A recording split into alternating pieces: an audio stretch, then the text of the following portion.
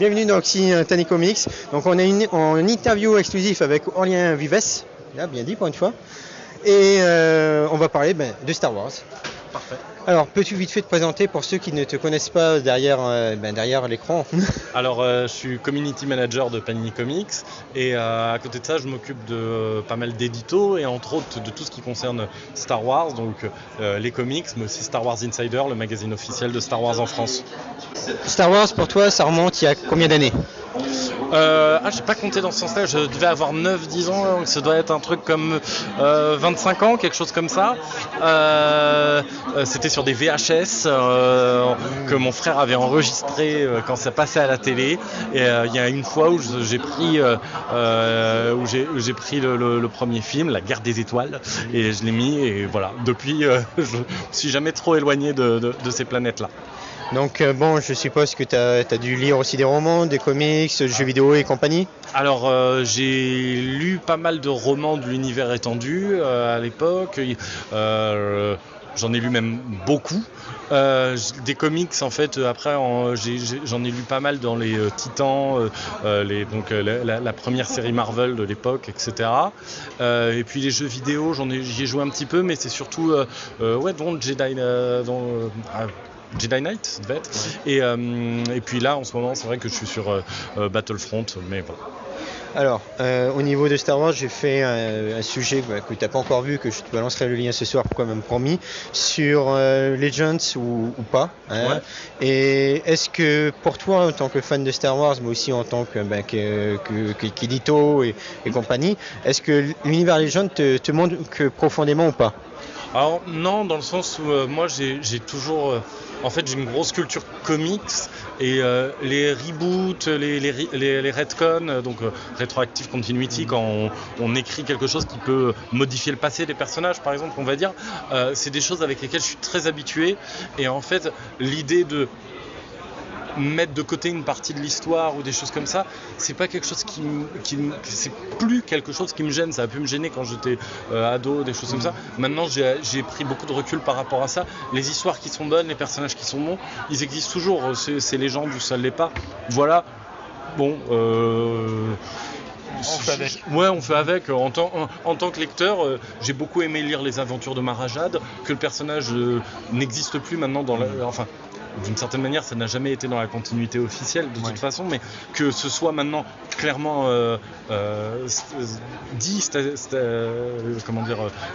officialisé et d'une certaine manière clarifié, ça n'empêche pas les bonnes histoires de toujours exister. D'accord. Et bon, on arrive au 40 ans de Star Wars, et la question c'est qu'est-ce que prépare Marvel? Est-ce que tu as des news, des idées de ce que prépare Marvel pour ces 40 ans? Parce que c'est quand même un anniversaire spécial, parce qu'il y a 40 ans, ils acquéraient aussi les droits. Alors, pour Marvel US, moi je ne sais que ce qu'ils ont annoncé. Donc par exemple, ils vont faire 40 couvertures qui vont en fait re-raconter Star Wars A New Hope, mais juste à travers 40 couvertures, donc qui vont reprendre du début du film jusqu'à la fin du film à l'aide d'une narration comme ça, juste avec des covers. C'est une super idée. Il y a pour l'instant, c'est plus ou moins, si je dis pas de bêtises, j'espère ne pas dire de bêtises, la seule chose qui a été annoncée, en tout cas pour l'instant. Après, à côté de ça, ils continuent de sortir des nouvelles œuvres, mais voilà, pour l'instant, je crois que c'est le seul projet vraiment marqué, estampillé à 40 ans. Okay. Voilà.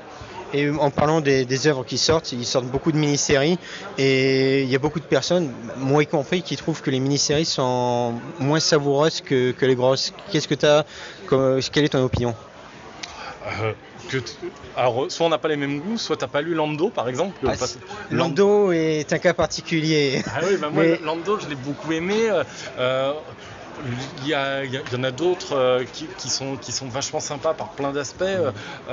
Et en fait, et pour l'instant, il vient juste de sortir en VF, en exclusivité sur le stand, mais voilà. Mais Han Solo, c'est une perle. Il est vraiment génialissime, aussi bien au niveau des dessins de Mark Brooks qui sont sublimes que du scénar qui est vraiment hyper prenant. Donc, je pense que après, on peut avoir peut-être plus de cette facilité à savourer en plus un récit au long cours, surtout par exemple le Dark Vador de Gillen, qui est quelque chose d'extrêmement millimétré, où on a vraiment une construction quasiment architecturale sur l'ensemble des 25 un peu plus épisodes. Donc c'est vrai qu'il y a quelque chose d'assez enthousiasmant dans ce récit au long cours, mais quand on a des trucs comme justement Han Solo, Lando, qui sont mes coups de cœur en mini-série, ou même Kanan, qui est une espèce de maxi-série en 2 tomes. Kanan est vachement bon. Voilà, moi ce sont mes coups de cœur. Je sais qu'il y a d'autres gens qui vont adorer aussi Chewbacca, qui vont adorer Obi-Wan et Anakin, etc. Donc je pense que non, on a largement de quoi se mettre sous la dent aussi dans les mini-séries. D'accord. Alors, avant-dernière question, je vais te demander pour Dark Maul et Dr. Aphra. En France, combien de temps avec question piège? Bah, c'est pas vraiment une question piège. C'est jusqu'ici, de toute façon, on est dans des sorties rapides par rapport à la VO. On n'a jamais attendu plus de 5 mois entre la fin en VO et la publication en VF.